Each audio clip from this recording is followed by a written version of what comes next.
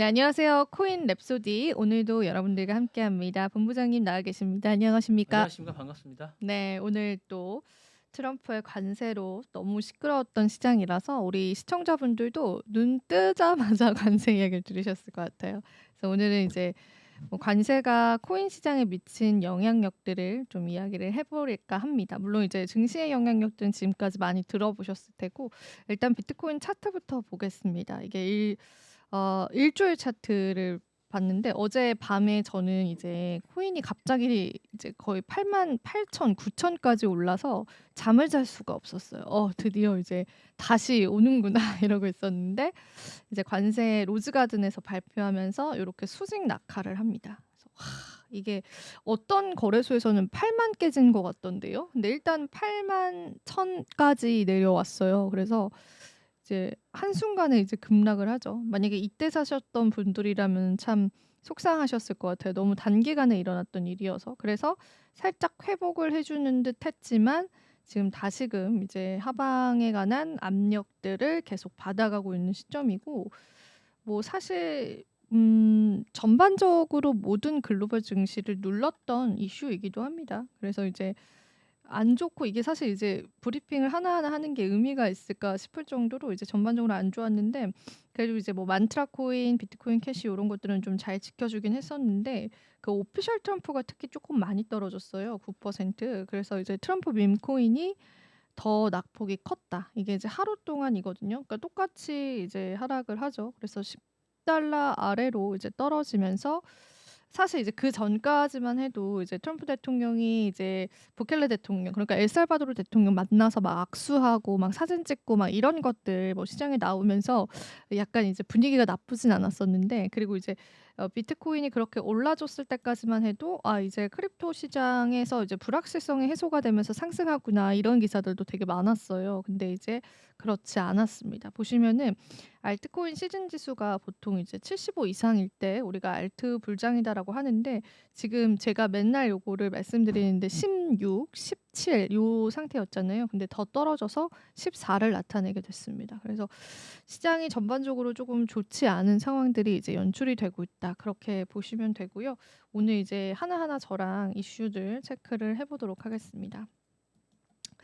잠시 뒤에 이제 본부장님이 그 라자로스 그룹 그 이야기를 좀 속보로 전해 드릴 거예요. 그래서 그거는 이제 여러분들 조금 있다가 한번 보시고 저는 이제 뭐 요 이제 트럼프 대통령이 만들어 온 요 표가 참 이제 놀랍더라고요. 되게 정성스럽게 표를 만드셔 가지고 관세 이제 계산을 했어요. 근데 이제 트럼프 대통령이 이제 "한국 관세는 이제 자기 계산법으로 50%다." 요렇게 얘기를 했는데 그러면은 이제 그런 의문이 들죠. 도대체 이제 근데 이제 "내가 할인을 해준 거다." 이렇게 발언을 했잖아요. 그러면 이제 왜 이제 50%라는 관세 계산이 나오는지 고거에 관해서 이제 기사가 있더라고요. 그래서 같이 이야기를 나눠 볼 텐데 이제 중국은 참고로 67%, 대만은 64%, 한국은 50%라고 본인이 계산을 했습니다. 그리고 "이 숫자의 절반 수준으로 내가 깎아 주겠다." 이러면서 이제 상호 관세를 이야기를 했는데 한국의 대미 관세율이 사실은 지금 현재 FTA를 맺게 되면서 0.79 예요.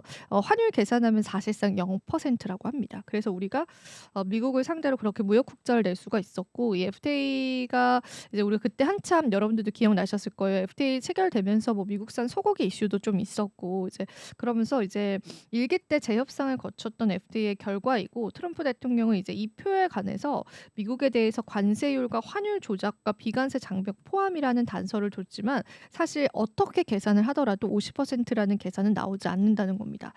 트럼프 대통령은 이제 뭐 우리가 흑자를 내는 거는 그렇다고 쳐도 우리가 이제 미국산 소고기에 관한 수입을 조금 제한시켰잖아요. 이제 그런 부분들 그러니까 완전 장벽을 매겨서 일부 품목에 관해서는 아예 들여오지도 못하게 하는 그런 게 더 나쁘고 "우호국들이 더 나쁘다." 이런 식으로 이제 계속 이야기를 했던 거죠. 그래서 이제 대미 무역 흑자 규모를 임의로 이용해서 해당 강세율을 산출을 했고 이제 전문가들 의견은 "이 계산법 자체가 엉터리다."라는 겁니다. 이제 하지만 뭐 본인이 이제 "깎아 주겠다."라고 해서 이제 25%를 부과를 한 건데 일단은 경제학자가 이 트럼프 계산법에 반발을 했어요. 한 경제학자가 본인의 X에 "이유가 지난해 6,058억 달러를 수출하고 2,356억 달러의 대미 무역 흑자를 기록을 했는데 이를 나누면 트럼프 대통령이 제시한 표의 39%와 일치를 한다. 그런데 같은 식으로 한국도 지난해 658억 달러의 대미 무역 흑자를 기록했는데 이를 계산하면 50%가 나옵니다. 중국은 수출액 그리고 흑자 하면 67% 이게 모두 일치한다라는 거죠. 그래서 사실 백악관에서 환율 조작과 비관세 장벽을 포함했다면서 이를 놓치고 넘어가려고 했지만 실제로는 엄정한 계산을 할 역량이 없었다는 것을 실토한 셈입니다. 그래서 이것은 믿을 수 없을 정도로 명청하다라고 분석을 했습니다. 그래서 관세율표가 만들어진 것 자체를 경제학자들은 이제 좀 비판을 했나 봐요. 엉터리 계산이고 백악관에서 이런 실수를 한다니. 그러면서 이제 최근에 이제 그런 같은 해석들이 경제학자들 사이에서 속속들이 나오고 있다라고 해요. 그래서 한 금융당당 칼럼니스트도 "어떻게 해서 스콧 베센트 재무장관이 여기에 서명을 할 수 있었는지 모르겠다. 너무 황당하다 이 표는." 이렇게 이야기를 했고 이 수치가 오직 상품 교역만을 반영하고 있어서 미국이 전 세계를 상대로 서비스 수지 흑자를 기록하고 있는 점을 지적했다고 합니다. 그러니까 미국이 이제 무역에 관해서 우리가 서비스 무역이라는 것도 있는데 그 무역에 관해서 상품만 이제 반영을 시킨 거예요. 그러니까 자기들만의 어떤 계산법이다라고 하는 거죠. 그래서 트럼프 대통령은 문자 그대로 비교 우위라는 개념 자체를 이해하지 못하고 있다. 미국은 인도네시아를 포함해서 거의 모든 나라에 커피를 수출하지 않는다라고 예를 들었는데 트럼프 대통령은 인도네시아산 커피에 32% 관세를 부과하려고 한다 하면서 이게 그러니까 너무 멍청하다라고 이제 비판을 한 거죠. 그러니까 이게 내로남불입니다. 근데 어쩔 수 없죠. 그가 이제 가지고 있는 파워가 있기 때문에. 그래서 요런 부분들이 이제 수치적으로 비판은 좀 나와주고 있어요. 그래서 뭐 근데 아무리 우리가 이렇게 비판을 한다고 해도 사실상 이게 실제로 이루어질 거고 4월 9일부터 시행이 될 거기 때문에 사실 이제 많은 부분들이 우려감으로 제기가 되면서 오늘 또 아시아 증시가 전반적으로 폭락을 했고 비트코인도 좀 폭락하는 그런 상황들이 연출됐다고 보시면 됩니다. 그리고 이제 속속들이 이제 트럼프의 행보에 관해서 반대파 의원들의 목소리가 좀 나오고 있어요. 미국의 가상자산 반대파 의원들이 월드 리버티 파이낸스에 관한 정보 제출을 요청했습니다. SEC에.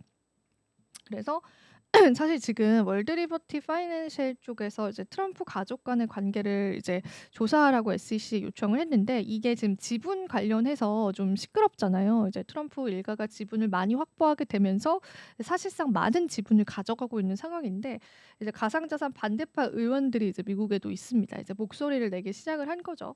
트럼프 가족이 WLFI에 재정적으로 관여해서 이해 충돌이 발생할 수 있다라는 우려를 표명했다고 밝혔고요. 그리고 이제 자세히 한번 살펴보자면은 이 미국의 의원들 중에서는 이제 가상자산 친암호화폐적인 미국의 그런 행보에 관해서 반대하는 그런 세력들이 있습니다. 그분들께서 월드 리버티 파이낸스와 관련해서 증권거래위원회에 강한 문제 제기를 했고요.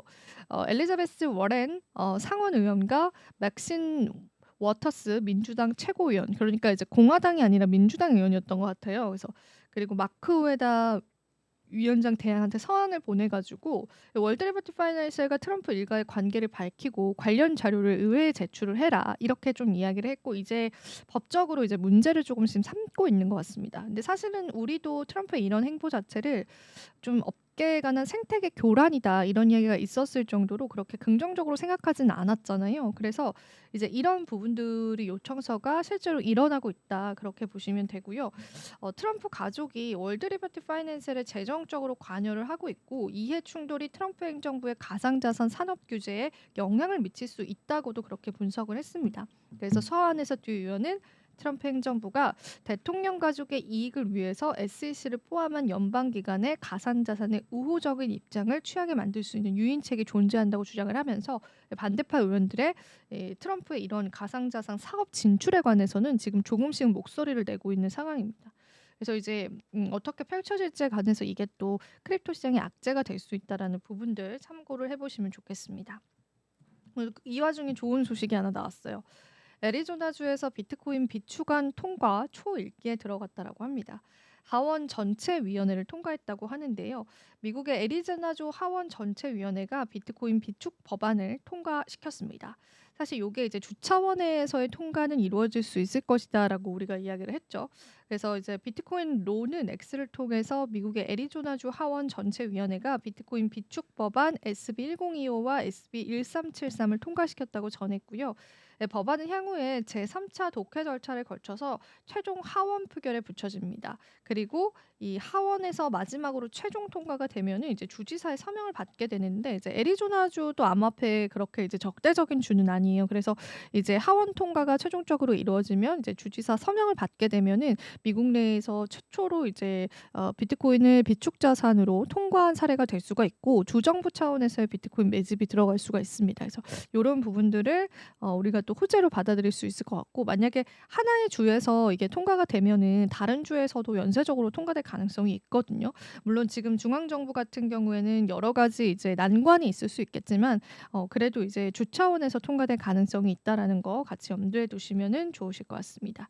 자, 그리고 바이낸스에서 상장 투표를 최근에 해요. 그래서 이제 우리가 국내 같은 경우에는 닥사라고 해서 국내 5대 거래소들이 이 상장 심사를 해서 이제 만장일치가 되면은 상장이 되는 걸로 알려져 있거든요. 예전에 암호화폐 관련한 사기가 굉장히 많았을 때 그 상장 심사를 제대로 거치지 않고 이제 상장을 시켰던 부분들에서 굉장히 많은 사기가 발생을 했었고, 브로커들이 이거를 이제 상장을 시켜주겠다라고 하면서 소위 말해서 이제 개인 투자자들한테 이제 물량을 넘기고 이제 아예 이제 도망가는 그러한 이제 세력들이 있었고, 그 부분 때문에 문제가 많았잖아요. 근데 이제 그게 각국 나라들마다 암호화폐 상장에 관한 규정은 다른데요. 바이낸스 같은 경우에는 이제 상장 투표를 진행을 해요. 그래서 그 투표가 돼서 이제 많은 투자자들이 원하는 그 코인을 상장시켜 줍니다. 근데 여기에서 또 파이코인이 제외가 됐다는 소식들 때문에 파이코인 커뮤니티에서는 불쾌감을 이제 내비치고 있습니다. 바이낸스가 두 번째 보트트로 리스트가 진행된다고 밝혔고요. 파이 네트워크가 이번 투표에서 또 제외가 된 게 논란이 되고 있습니다. 공식 블로그를 통해서 2차 보트투 리스트를 시작을 한다고 밝혔고, 바이낸스에 상장되지 않은 디지털 자산을 대상으로 이용자들이 직접 상장을 원하는 토큰에 대한 투표를 진행하는 시스템인데요. 투표 대상 코인으로는 버추얼, 그리고 빅타임, UX 링크, 모르포, 그리고 그라스, 에이셔, 웰컴, 세이프, 제타, IP, 온도 파이낸스도 여기 있네요. 요것도 이제 제가 알기로 트럼프 일가가 가지고 있는 코인이죠. 플럼 등이 이제 선정이 됐고, 1차 투표에서는 밈코인에 주목했던 것과 달리 2차 투표는 여러 산업에서 활용 가능한 유틸리티 토큰에 이제 초점을 맞췄고요. 다만 시장 기대와는 달리 이제 2차 투표에서 파이코인이 또 빠졌다고 해요. 그래서 파이 네트워크는 지난 1차 투표에서도 이제 제외가 된 바가 있어요. 근데 사실은 이제 파이 코인에 관한 커뮤니티가 되게 강하잖아요. 근데 이제 바이낸스에서 이제 상장 심사의 대상으로도 넣지 않았다, 이런 부분에 관해서 파이 코인 보유자분들에게는 약간의 그 불만 섞인 목소리들이 좀 시장에 나오고 있다고 보시면 되겠습니다. 그리고 이제 파이 네트워크는 지난 1차 상장 투표에도 제외된 바가 있는데, 사실 이제 바이낸스 자체는 바이낸스 코인을 기반으로 한 프로젝트만 투표할 수 있는 기준을 제시해서 파이 네트워크는 이제 제외됐다고 설명을 했고요. 파이코 팀이 바이낸스 파이 네트워크와 락업, 그리고 소각 메커니즘에 대한 명확한 정보를 제공하지 않은 점도 원인으로 언급을 했습니다. 근데 요게 이제 상장 투표 기준 자체가 바이낸스 코인 기반으로 한 프로젝트들이 이제 대상이기 때문에 그 바이낸스 측에서의 입장은 있습니다. 근데 이제 파이코인이 이제 제외가 됐다, 요런 부분들이 또 시장에서 부각을 받았다고 보시면 될 것 같습니다. 자, 그리고 요거는 이제 하나의 이제 칼럼 같은 거예요. 블록미디어에서 가지고 왔는데, 스테이블 코인이 전통적인 통화 체계의 도전장을 이제 내밀고 있다고 합니다. 스테이블 워치 같은 경우에는 스테이블 코인의 공급량이 미국 달러 공급량과 어떻게 비교되는지를 시각적으로 분석하는 도구를 이제 제시를 했고요. 우리가 이거를 이해하기 위해서는 중앙은행과 경제학자들이 통화 공급량을 어떻게 정의하고 측정하는지를 먼저 아는 게 중요합니다. 통화 공급량은 경제 내에서 거래나 저축에 바로 사용될 수 있는 자산의 통합을 뜻하는데, 페드 같은 경우에는 이 데이터를 바탕으로 이제 금리 정책, 인플레이션, 경제 안정성 등에 활용을 하는데, 사실 우리가 M1 그리고 M3, M4, M2 뭐 요렇게 이제 이게 그게 통화 공급량 지표잖아요. 그래서 M2 지표랑 이제 비트코인과의 상관관계도 제가 예전에 이야기해 본 적이 있었는데 이 스테이블 코인을 만약에 미국 정부에서 육성을 하게 될 경우에 어떤 자산과 비교를 할 수 있냐 이런 의문점들이 이제 업계에 나왔던 거죠. 그래서 스테이블 코인이 본질적으로 달러를 지향을 하고 클래식 스테이블 코인은 1대1 달러 페그 유지와 지급 준비금 기반이라는 점에서 M1과 가까운 기능을 한다고 합니다. 그런데 여기서 보시면은 M1이라는 거는 지폐, 수표, 입출금 계좌, 저축성 예금, 여행자 수표 등 유동성이 높은 자산을 이야기를 하거든요. 그래서 이자 수익을 내는 수익형 스테이블 코인은 투자 자산적 성격이 강해서 통화로 분류되기 어렵습니다. 그래서 미국 정부 측에서 이자를 주지 않는 스테이블 코인 법안을 지금 통과시키려고 하고 있는 거라서 이런 점을 이제 고려를 해봤을 때 수익형 토큰 제외하고 클래식 스테이블 코인만 기존 통화 지표와 비교를 했고요. 그래서 우리가 요거를 한번 이따가 볼 건데요. 요 지표거든요. 근데 요거를 그러면 어떻게 해석을 할 것이냐. 그래서 이제 만약에 이 서클 같은 경우에는 전통화폐의 디지털 대체 가능성을 보여주고요. M1과의 비교는 일상생활 거래의 기능을 대체할 수 있는지를 확인을 할 수가 있습니다. 여기 보시면은 이제 M1의 수치가 여기가 확인이 되실 거고 그리고 M2의 수치가 확인이 되실 거고 이 스테이블 코인의 공급량이 확인이 되실 거예요. 그래서 여기서 이렇게 비교를 하실 수가 있거든요. 그래서 만약에 요 이제 스테이블 코인에 관한 공급량들이 이 M1과 M2 통화와의 이제 비교점들을 우리가 찾아가면서 달러에 관해서 이제 디지털 통화로서의 역할을 할 수 있는지를 확인을 해볼 수가 있어요. 그래서 기존 통화는 중앙은행의 정책 변화에 따라서 뭐 국채 매입, 지준율 조정, 기준금리 인하를 통해서 확대가 되는데 민간은행의 예대마진 창출 구조가 더해지면서 M2 등의 지표는 훨씬 더 큰 폭으로 늘어나는데 스테이블 코인은 탈중앙화된 블록체인 위에서 발행이 되고 은행 시스템에 통합되지 않아서 확대 효과는 제한적이다라고 합니다. 또 중앙은행의 통제 밖에서 움직이는 만큼 금융 시스템의 새로운 리스크 요인으로 작용할 수 있다라고 봤습니다.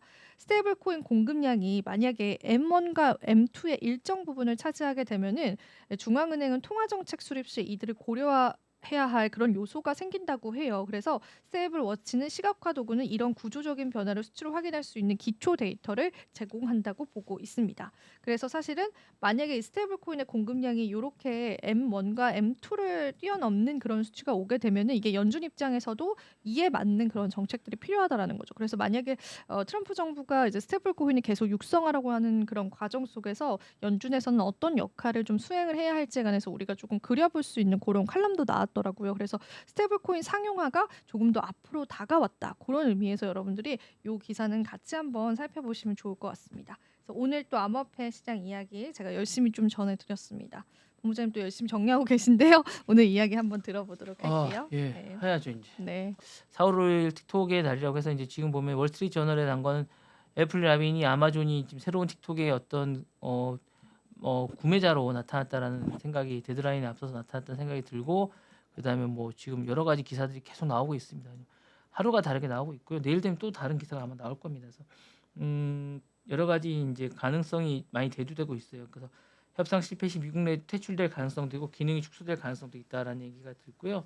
어쨌든 지금 관세랑 맞물려서 오늘 보니까 이제 뭐 34%인가요? 중국은 그런 것 같더라고요. 그래서 그 엄청나게 많이 돼 있고 우리나라도 25% 정도 돼 있는데 어쨌든 이 부분에 관련돼서 지금 틱톡이 문제가 아니라고 지금 1순위는 아닌 것 같아요. 근데 어쨌든 틱톡도 만만치가 않다라는 거 생각이 좀 듭니다. 그래서 이 부분에 대한 것도 좀 있고 어쨌든 협상이 결렬될 경우에 이제 이게 뭐 어쨌든 SNS 플랫폼 생태계 단일화와 검열 프레임에 이제 직면할 수 있다라는 생각이 좀 듭니다. 그래서 이 부분을 좀 지켜봐야 되는 게 아닌가라는 생각이 듭니다.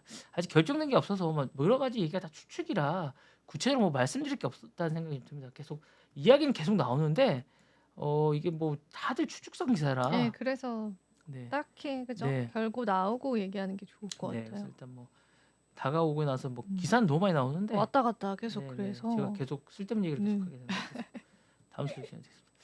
요거 좀 제가 말씀을 좀 드릴까 합니다. 음. 요거 이제 이게 이 아까 전에 초창기로 좀 넘어가면요.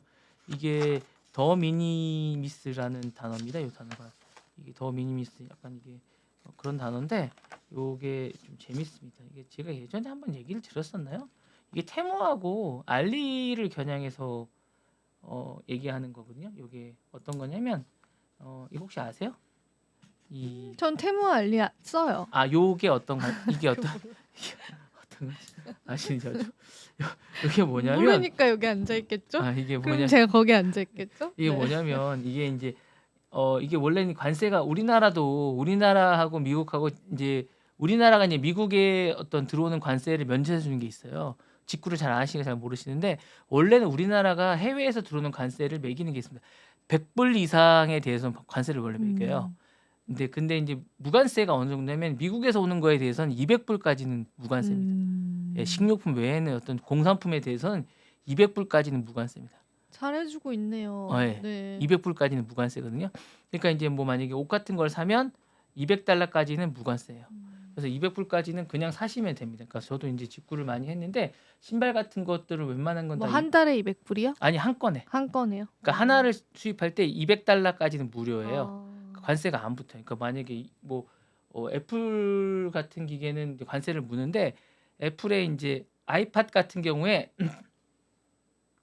아이팟이 싸요. 그러니까 리퍼 같은 건 싸요. 아, 그래서 네. 아이팟의 리퍼를 사시면 그게 한 150불 정도 해요. 한국엔 비싼데 그러면 훨씬 저렴해. 지금 좀 비싸져서 상관이 없는데 예전에는 이게 달러가 쌀 때는 훨씬 싸게 저렴하게 한국에 30만 원 정도 할 때 그게 한 100불 초반대 할 때는 20만 원 아래로 막 사고 그랬었거든요. 이게 훨씬 더 싸게 구입하고 그랬습니다. 이게 이제 관세가 안 붙으니까 그렇게 싸거든요. 왜냐하면 미국에서는 원가가 한 220불 정도 했는데 그 밑으로 150불 달러 블랙 프라이데이를 할 때 리퍼는 120달러까지 막 사고 이래서 되게 저렴하게 살 수 있는 그런 공산품들은 되게 괜찮았던 적이 있었으면서 그런 거였는데 알리 같은 거나 테무 같은 이 공산품이나 이런 것들은 미국에는 아주 천국입니다. 그래서 이게 사실은 800달러까지를 사실은 되게 관세나 이런 소포 같은 것들을 상품 이하에서는 되게 저렴하게 해줬습니다. 그래서 뭐 30달러나 이런 것들은 아주 저렴하게 해줬고 무관세로 해줬던 정책이 있었습니다.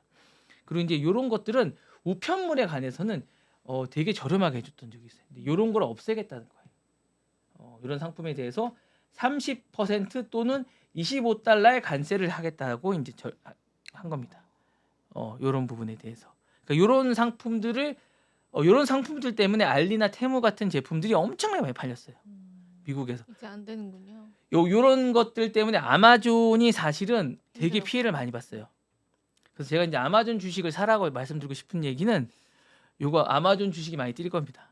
오히려 관세 때문에 제가 볼 때 가장 이 관세 때문에 혜택을 많이 볼 주식은 아마존이다. 제가 이렇게 딱 찍어서 얘기 잘 안 하잖아요. 딱 찍어서 얘기를 해드리는 건 관세 때문에 가장 혜택을 많이 본 빅테크는 아마존이다라고 말씀 감히 드립니다. 왜냐하면 이런 게 타격을 가장 많이 입는 건 물 건너서 들어오는 것 중에 가장 타격을 많이 입는 것들을 막아서 블로킹을 해주기 때문에 오히려 이런 상품들을 많이 살 수밖에 없어요. 아마존이나 이런 것들이 혜택을 받을 수밖에 없어요. 왜냐하면 이런 상품을 살 수밖에 없습니다. 왜냐하면 물 건너 물건들이 못 들어오거든요. 맞아요. 예, 예, 상식적으로 그렇습니다. 그래서 아마존이 좋습니다. 예, 한번 두고 볼게요. 네, 네, 두고 볼게요. 제가 이렇게 얘기하면 거의 맞잖아요. 예, 맞습니다. 제 거의 맞아요. 네, 보시면 아시겠죠. 그리고 아마존이 또 좀 이따 사업을 또 하나 해요. 아, 그래요? 네. 그 얘기도 오늘 준비하셨나요? 했습니다. 제가 아마존이 또 하나 사업을 해요. 예. 누구는 사업을 못 하는데 이 사람은 또 사업을 해요. 예. 그렇기 때문에 아마존이 괜찮습니다. 그리고 아마존이 제가 볼 때 개라고 하면 되죠. 어쨌든 그 메타가 그 요즘에 제재를 받고 있으면서 막 하는데 친정부 다음으로 이제 또 이 친정부 사업을 하고 있기 때문에 사업이 좋습니다. 그래서 이제 기존의 800 이하의 해외 직구에 대해서 이제 관세를 면제했는데 지금까지 면세 혜택을 두는데 이거에 대해서 관세를 30%를 하던가 아니면 25달러의 고정 관세를 하겠다라고 하는 게 이제 요에 대한 달라진 관세입니다. 그래서 이렇게 될 경우에 중국발 소외 직구도 고율 관세가 매겨집니다.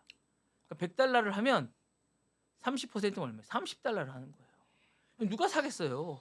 질도 안 좋은데요. 네. 예, 저런 쪽은 질은 네, 포기하고 질로 하는 게 아니라 가격으로 그냥 사는 한번 쓰고 거거든요. 버리는 거잖아요. 예. 젓가락 나무 젓가락 100달러에 샀는데 130달러가 되는 거예요. 그러니까요. 그럼 경쟁력이 없어지는 거죠. 그리고 운송업체 보증금이 의무 부과나 이런 관세 피나 이런 걸 하잖아요. 사실은 반송도 안 받아요. 이런 데는 그냥 버리라고 주는 거기 때문에 제가 얼마 전에 알리에서 뭘 샀는데 반송을 했더니 그냥 가지라는 거예요. 예, 맞아요.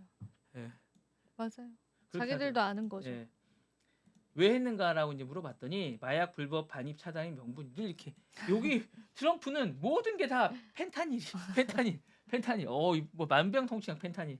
예, 그리고 이제 무역 불균형에 대한 경제 독립을 선언한다라고 얘기를 하고요. 제가 여기 보시면 아시겠지만 이렇게 자료를 줍니다. 저는 무조건 화이트하우스 가서 이렇게 자료를 준비합니다. 오른쪽 보시면 아시겠지만 화이트하우스 가서 공식 보도 자료를 가져왔습니다.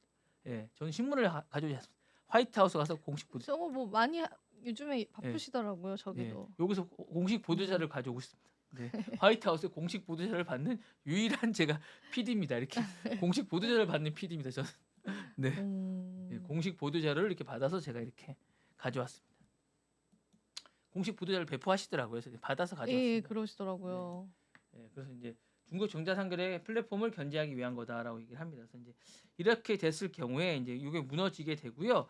이렇게 되고 있습니다. 그래서 이렇게 되면 이제 누가 수혜를 입겠느냐라고 얘기를 했을 때 아마존이 1등입니다. 제가 조사를 해보니까 예, 아마존이 1등이고 그다음에 월마트입니다. 오프라인에서 월마트. 이 주식이 뛰게 될 거고 그다음에 메타도 쇼핑에서 괜찮을 것 같다라고 얘기합니다.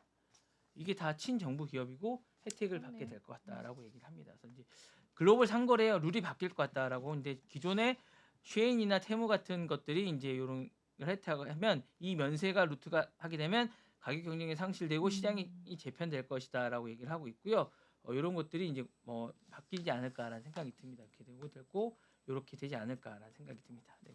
향후에 많은 변화가 있을 것 같다라는 생각이 들고 아마존 메타 양강 체제가 되지 않을까라는 생각이 듭니다. 네. 지금 이게 이제 키드플릭스라고 넷플릭스 약간 짝퉁 같은 건데 이게 이제 약간 이제 최근에 180만 명 이상을 하던 요런 사이트가 있었는데 이게 이제 폐쇄됐다고 합니다. 2021년부터 이제 최근까지 운영을 했고요. 다크웹에서 아동 성착취물과 스트리밍과 다운로드를 했던 제가 이것도 홈페이지에서 가져왔습니다. 여기서 공식 홈페이지였습니다. 그래서 180만 명 이상의 이제 그걸였고요. 콘텐츠는 9만 1,000개 이상의 총 6,288시간 정도 분량이라고 합니다.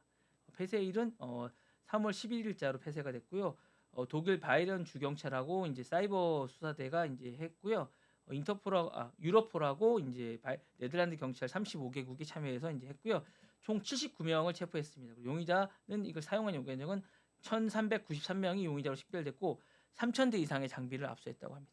네, 그래서 이제 스트리밍 기반과 US 캠을 본격화해서 채택을 했고 이거를 보상하는 게 이제 요즘은 다 토큰으로 한다고 합니다. 업로드를 하고 보상하고 시청 권한을 하면 비트코인으로 이제 구매를 해야 되고 블록체인과 암호화폐로 이제 다 해야 되고 이제 이더리움과 비트코인으로 다 받았다고 합니다. 너무 충격받았어요. 네. 이렇게 해야 되고 이제 이렇게 해서 이제 하는 거고 이렇게 하면서 이제 했다고 합니다. 그래서 이렇게 이름도 막 이게 뭡니까 넷플릭스처럼 해갖고 키드릭스 너무 좀 너무 충격입니다. 네.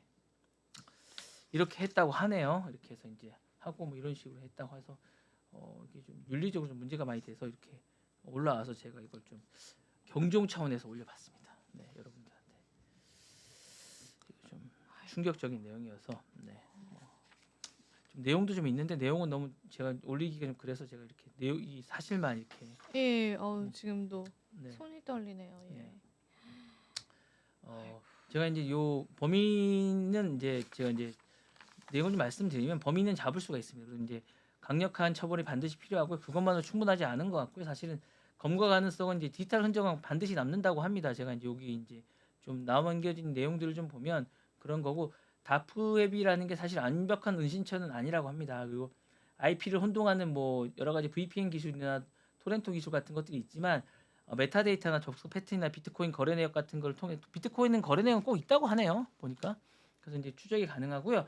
유로폴이나 인터폴 암호화폐 추적 기술이 많이 발달됐다고 합니다. 그리고 이제 디지털 포렌식 역량 강화라든가 뭐 그런 것 때문에 완전히 숨을 수는 없다고 합니다. 그리고 이제 다만 수사 시간이 좀 오래 걸릴 뿐이지 그렇게 얘기하고 강력한 처벌이 있다고 합니다. 그래서 뭐 이렇게 하고 가벼운 처벌은 범죄자에게 이제 뭐 그렇게 할 수 없고 그리고 이제 피해자들은 이제 강력한 트라우마를 많이 겪는다고 합니다. 그래서 처벌이 점점 더 강해진다고 하고요.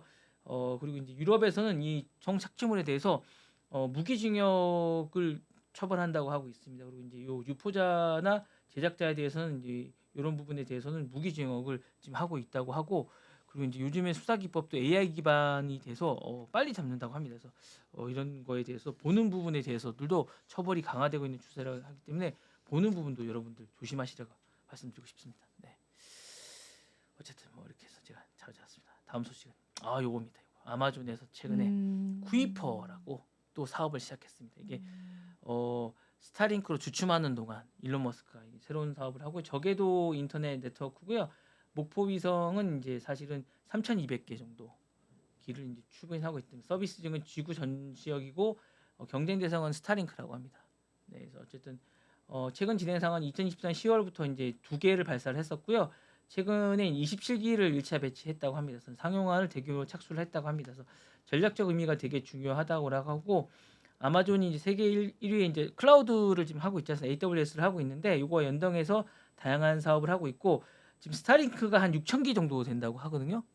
요거에 대해서 지금 한 3,200기 정도를 목표로 하고 있고 이제 재난이나 뭐 전쟁이나 이런 거 할 때 우회 통신이나 이게 필수적인데 이제 민간 쪽이 거의 요새는 이제 하고 있고 사실은 이제 이게 약간 나눠집니다. 시장이 전체적으로 군사 이런 쪽에 이제 국가 사업이라고 하면 민간 쪽은 이런 이제 통신이나 이런 정보나 이런 쪽으로 좀 나눠집니다. 이렇게 사업 쪽이 나눠지고 민간 주도로 이제 미국은 통신 우주 통신 사업이 주도적으로 되어 있고 중국은 약간 국영 위주로 되고 있습니다.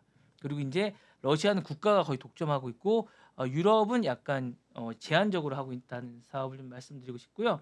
어쨌든 이렇게 여러 가지로 하고 있고 지금 미국은 위성 개수가 한 5,000기 이상 정도 되고 있고 중국은 수백 기 그리고 이제 러시아는 수십 기 유럽은 수십 기 정도 되고 있습니다. 거의 뭐 제가 볼 때는 미국이 앞서가고 있고 나머지 나라는 중국이 좀 따라가고 있고 그런 이런 정도의 그런 게 되고 있고 전략적으로 보면 그 미국은 약간 민군이 이제 정보를 연계해서 하고 있고 그다음에 중국은 국방 위주로 좀 하고 있습니다. 이런 정도로 하고 있고 그다음에 러시아는 군 정보 위주로 하고 있고 민간은 거의 하지 않고 있다고 합니다.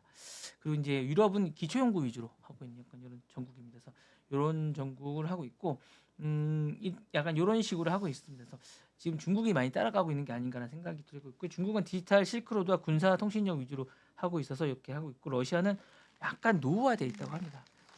역시 이게 다 돈이라 사실은 이게 국력하고 많이 관련이 있다고 합니다. 그래서 이런 부분이 하고 있고 사실은 아마존 위성이 인터넷 시장 글로벌에 본격 진입한 거라는 생각이 좀 들고 향후에 이런 부분들이 많이 따라가고 있다고 합니다. 마지막 소식 전해드리겠습니다. 세계에서 가장 강력한 여권 1위는 아일랜드. 좀 약간 의외였어요. 왜요? 아일랜드 한 번도 안 가봤는데 이런 나라가 이렇게 강력한 1위라는 생각을 한 번도 해본 적이 없어요. 좀 생소해가지고. 네네네. 네네. 네. 왜 1위인지 잘 모르겠습니다. 아일랜드는 이제 세금 혜택을 많이 주는 국가죠. 비자 면제력과 이중 국적이 허용되고 예, 국제적 그래서 평판이 좋은데 우리나라가 39등이더라고요. 많이 떨어진 거 아니에요? 네, 원래 32등이었는데 그렇죠. 지난해 32등이었어요. 올해 예, 39등으로. 요런 그 내부적인 그런 것들이 좀 우리 있었나 이 보다. 아마 이 그것 때문에 그런 것 같아요. 탄핵 때문에 그런 것 같아요. 국제적 맞아요. 평판이 많이 떨어졌다고요. 얘기하기 조심스럽지만 네. 그것 때문인 것 같아요. 제가 보니까 여기 보시면 아시겠지만 여기 보면 랭킹이 쭉 있습니다. 여기 국제적 평판이 많이 떨어졌습니다. 여기 이제 순위가 있거든요. 지금 이게 39위로 원래 32등이었거든요. 지난해까지요. 네. 여기 이제 평판이 많이 떨어졌습니다. 그래서 여기 많이 떨어졌고 일본이 우리 바로 위에 있습니다. 일본, 말레이시아가 예, 바로 뭐 위에 있거든요. 그렇죠. 예, 바로 위에 있어서 말레이시아가 말레이시아가 많이 생각보다 올랐어요. 네, 보시면 아시겠어요. 북한이 179인가 그렇습니다. 예, 북한은 뭐 예, 보시면 우리나라가 여기 있습니다.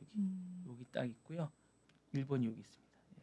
근데 뭐 슬로바키아나 이런 나라가 헝가리 이런 나라 뭐 상위에 있습니다. 이렇게 약간 자존심 상하지만 여기 있습니다. 예, 그렇게 하고 뭐 이렇게 있습니다. 이렇게 위에 있고 그렇습니다. 그래서 이렇게 있는 나라가 상위에 있고 이런 식이 있으면서 이렇게 돼 있고 어쨌든 이런 식으로 돼 있고 어쨌든 상당히 아일랜드는 단순히 갈 수 있는 나라가 아니라 기업 투자, 이민, 디지털 노마드 관점에서 모든 항목에 고르게 되어 있다는 생각이 있고 소프트 파워가 상당히 좋습니다. 무비자로 이제 입국해서 글로벌 비즈니스 진출을 유의하고 해외 소득이나 과세가 유연성이 좀 있다라고 합니다. 그래서 여러 가지로 상당히 좋고 시사하는 바가 많고 이렇게 여러 가지가 있으면서 여러 가지로 좋은 의미로 이제 하는 부분이 좀 있고 우리나라는 2023년에 이제 24년에 32였고 지금은 7계단 많이 하락했습니다. 그래서 비자 면제수는 여전히 상위인데 이중 국적이 제한이 돼 있고 높은 글로벌 과세가 있고 개인 자유 관련해서 정체도는 하락해 있습니다.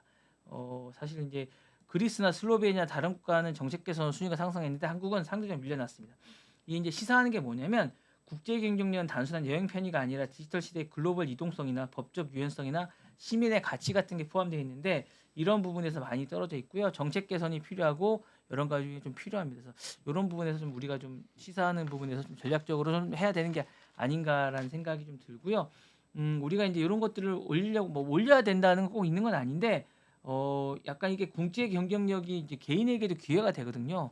그런 점에서 이제 우리가 높은 여권 순위는 해외 취업이나 유학이나 이민이나 뭐 어떤 사업을 할 때 장벽을 낮추는 자산이 될 수도 있기 때문에 뭔가 좀 개개인에게 뭐 세계 어디선 기회를 잡을 수 있는 기회이기 때문에 좀 뭔가를 좀 할 수 있는 좋은 기회가 될 수 있기 때문에 올려주는 게 사실은 좋습니다. 그리고 이제 글로벌 시대의 시민국가 경쟁에서 뒤질 수 없기도 하기 때문에 사실은 글로벌 시민으로서 이제 매력이 좀 하락한다는 그런 측면도 있습니다. 우리가 그리고 이제 해외 투자자나 디지털 노마드나 이주민들이 오는 게 좋죠. 사실은 많이 오시면 좋은데 그런 분들을 많이 못 유치한다는 측면도 좀 있기 때문에 좀 그런 게 좀 아쉽고요. 국가 브랜드와 외교적 위상이 좀 떨어지고 있다는 측면도 좀 됩니다. 그래서 그런 측면에서 좀 우리가 좀 높일 필요는 있지 않을까라는 생각이 좀 들고요. 국가적 전략적 자산이 약화되고 있다는 경고의 신호도 좀 아닌가. 왜냐하면 등위가 사실은 한 7개 정도 떨어졌거든요. 많이 떨어진 겁니다. 그래서 그런 부분이나 이제 이 국적이 이제는 국민의 이동권이나 데이터권이나 조세권을 포함한 총체적 플랫폼이라고 생각하시면 될 것 같고요. 이게 국방 외교만큼 어쨌든 중요한 어떤 그런 순위일 수도 있습니다. 여권이라는 게 사실은 이 부분이 좀 어떤 한 권이거든요.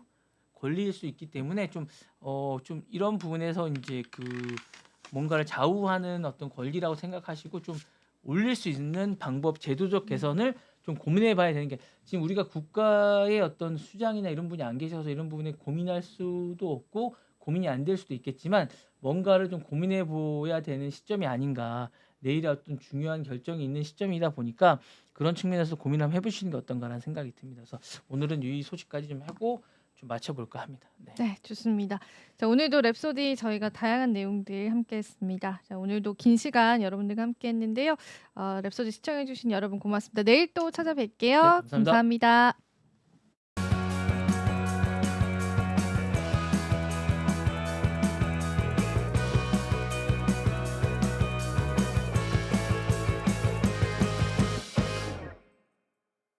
시청자 여러분 안녕하십니까? 국내외 주요 소식 전해드리는 모두의 증시 고유림입니다. 첫 번째 뉴스입니다.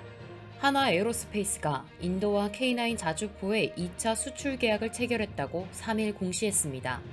계약 금액은 약 3,714억 원으로 이는 하나 에어로스페이스 작년 매출의 3.3%에 해당하는 규모입니다.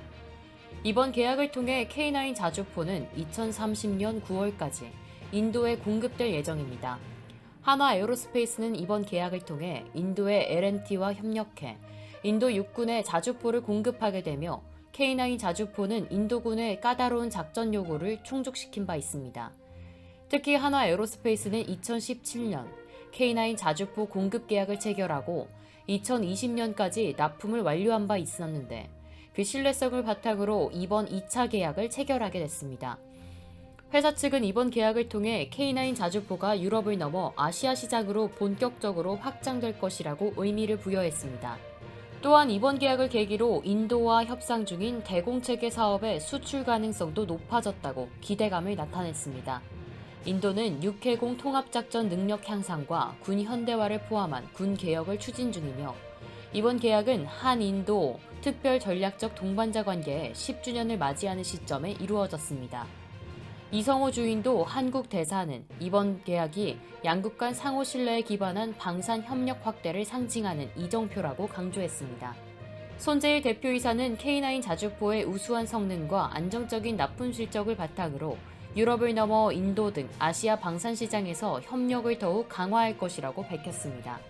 이번 계약은 하나 에어로스페이스의 K9 자주포가 인도를 포함한 아시아 시장에서 확장 가능성을 열어주는 중요한 계기가 될 것이라고 보고 있습니다. 한인도 양국 간의 방산 협력 확대와 군 현대화 사업에 대한 협력 강화가 기대되는 가운데 하나 에어로스페이스가 이어질 방산 시장에서 어떤 성과를 낼지 주목됩니다.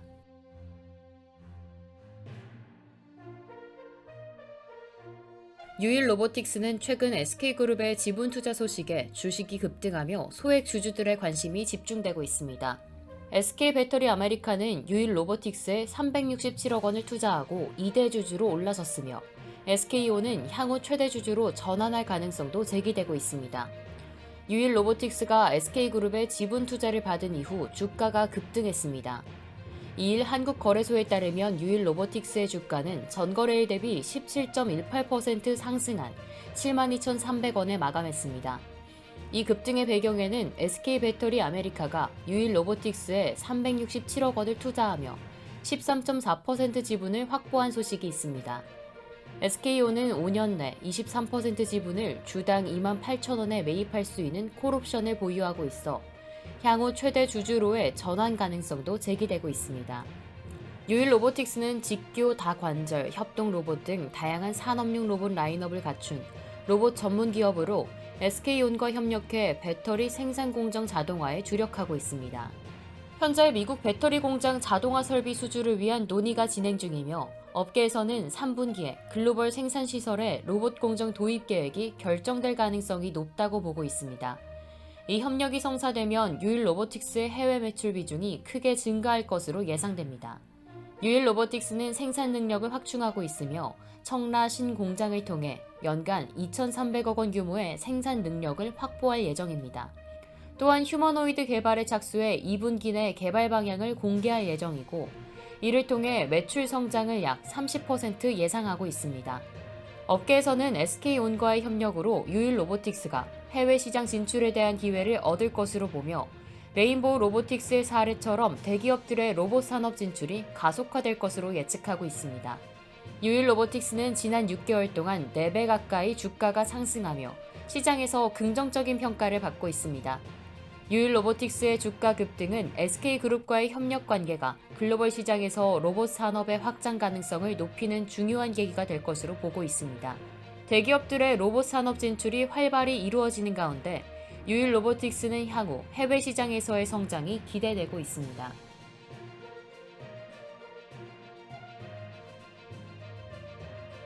도널드 트럼프 미국 대통령이 중국에 34%의 상호 관세를 부과한다고 발표하며 아이폰 가격 급등에 대한 우려가 커지고 있습니다.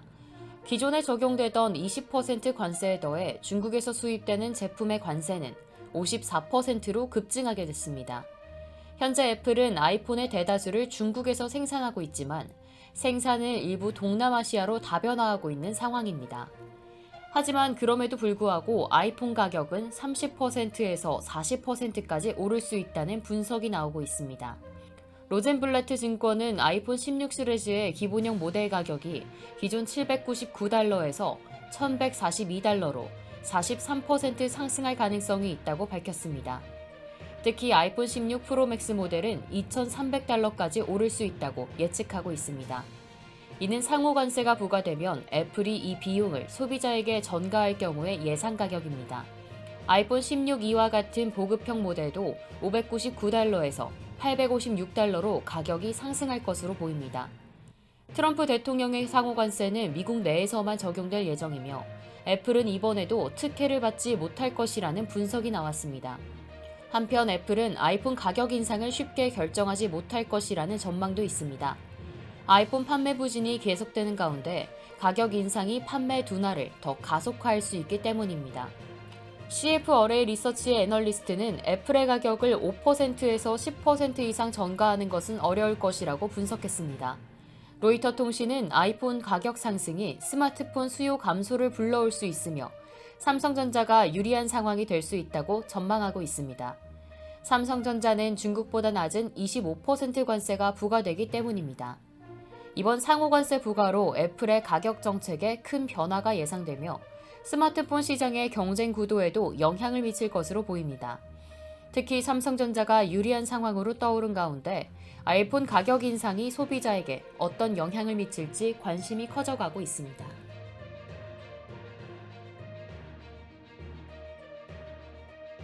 현대제철 노동조합이 오는 8일 무기한 총파업에 돌입한다고 밝혔습니다.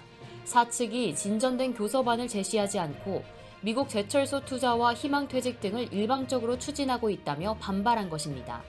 현대제철 노동조합은 3일 회사와의 임금 및 단체 협상이 진행되지 않고 있다며 오는 8일 오전 7시부터 무기한 총파업에 돌입한다고 선언했습니다. 이번 총파업은 현대제철의 5개 지회와 자회사, 비정규직 지회 등 1만 1,000명이 참여할 예정입니다. 노조는 지난 7일까지 회사가 진전된 협상안을 제시하지 않으면 총파업을 단행할 것이라고 경고했습니다. 최근까지 당진 냉영군전에서 진행됐던 부분 파업을 해제한 노조는 회사가 제시한 성과급 규모에 대한 이견이 해결되지 않으면 8일 총파업을 강행하겠다고 밝혔습니다. 사측은 1인당 2,650만 원 수준의 성과급을 제시했으나 노조는 이보다 더 나은 교섭안을 요구하고 있습니다. 성과급에 대한 불만뿐만 아니라 미국 제철소 투자에 대한 비판도 제기됐습니다.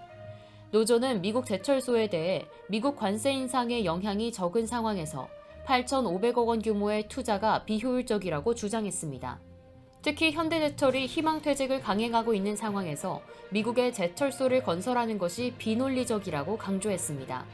또한 현대제철이 미국 제철소를 건설할 경우 17,000개 일자리가 창출될 것으로 보이며 이는 한국 내 일자리 창출보다 더 큰 영향을 미칠 것으로 예상됩니다.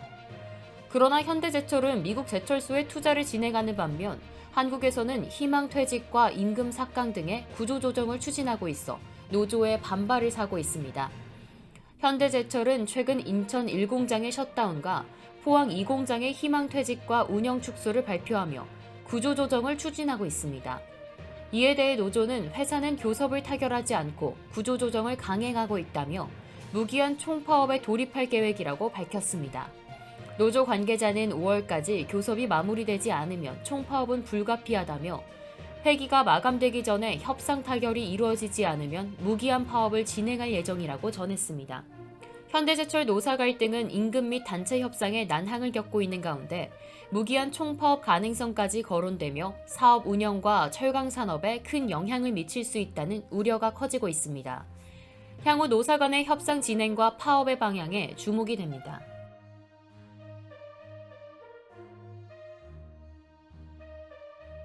현대백화점 계열의 현대면세점이 경영 효율화를 위해 서울 동대문 폐점과 사상 첫 희망퇴직을 실시한다고 밝혔습니다. 외국인 관광객 소비 트렌드 변화와 중국 고객 이탈 등으로 면세업계가 존폐 위기에 직면하며 강도 높은 구조조정에 나선 것입니다. 현대백화점은 1일 현대 DF가 운영하는 현대면세점 동대문점의 영업을 7월 31일부로 중단한다고 밝혔습니다. 또한 무역센터점의 규모를 기존 3개 층에서 2개 층으로 축소한다고 밝혔습니다. 이번 결정으로 현대면세점이 운영하던 인천공안 1, 2터미널과 서울 동대문점, 무역센터점 등 4곳 중 2점을 폐점 및 축소합니다. 현대면세점 관계자는 중국 시장 및 소비 트렌드 변화 등 대내외 환경이 악화됨에 따라 경영 상황 개선과 적자 해소를 위해 효율화를 추진하게 됐다며 동대문점의 면세 특허권을 반납할 예정이라고 설명했습니다. 동대문점은 지난해 매출에 2,238억 원을 기록했으며 전체 매출의 23%를 차지하는 주요 매장이었지만 5개월 만에 폐점 결정을 내렸습니다. 현대면세점은 5년 연장한 면세 특허권과 임차 계약을 계속 부담해야 하는 상황에서 위약금을 포함한 비용이 문제로 지적되고 있습니다. 현대면세점 관계자는 동대문 상권이 외국인 관광객 특화 지역이라 백화점과는 맞지 않다며 임차계약 협의를 이어갈 예정이라고 밝혔습니다. 또한 희망퇴직과 함께 인력 구조조정도 진행될 예정입니다. 동대문점 폐점을 중심으로 직원 전환 배치와 구조조정이 이뤄질 것으로 보입니다. 면세업계는 그동안 중국인 고객의 보따 리상 수요에 크게 의존했으나 중국 관광객 이탈과 소비 트렌드 변화로 매출이 급격히 감소하며 어려움을 겪고 있습니다. 현대면세점은 위기 상황을 돌파하기 위해 강도 높은 구조조정을 단행하고 있으며 해외 시장 진출과 럭셔리 브랜드 강화를 통해 매출 증대를 목표로 하고 있습니다. 그러나 여전히 소비 트렌드 변화와 중국 고객 이탈 등의 어려운 환경 속에서 면세업계의 회복 전망은 불투명합니다.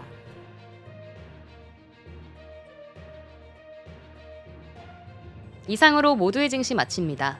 본 방송에서 제공해드리는 정보는 투자 판단에 대한 조언일 뿐 해당 자산의 가치와 상승을 보장하지 않습니다. 시청해주신 여러분 고맙습니다.